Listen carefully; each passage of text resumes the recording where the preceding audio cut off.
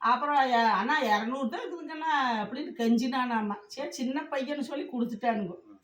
குடுத்து ஏன்டா எதுலடா வந்த எப்படின்னுக்கிறேன். ஆனா நடந்து தான் வந்தேனுங்கோ. ரூ. 200 தான் இருக்குது. பஸ்ஸுக்கு காசு இல்லைன்னுக்கிறேன். இவன் ரூ. 20 குடுத்து பஸ் ஏறி போ சொல்லிட்டானுங்கோ.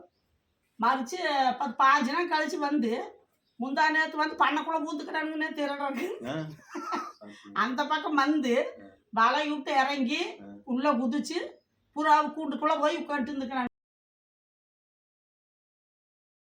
அதுக்குள்ள அரிசி தவிடல வந்து நிறக்க வந்துட்டேன்.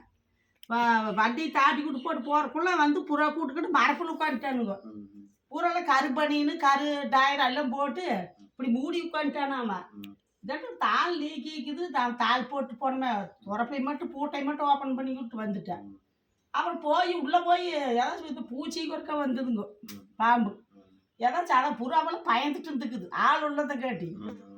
அப்புறம் ஆறு பூச்சிக்கு என்னன்னு போய் உள்ள கதவை ஓப்பன் பண்ணி உள்ள போக இல்லைங்க. கரையான்னு இப்படி உட்காந்துக்கிறாங்களாமா. இதெல்லாம் நானே பயந்துட்டேன் அப்படின்னா. அப்புறம் என்ன ஏட்டா எங்கடா எவட்டாது அப்படின்னு காட்டி எந்திரிச்சு ஒடியாந்து வந்து காலில் விழுக்கிறானுங்களாமா. அண்ணா நான் தானுங்கண்ணா புறா பார்க்கலாம்னு வந்தேன் அப்படின்னா.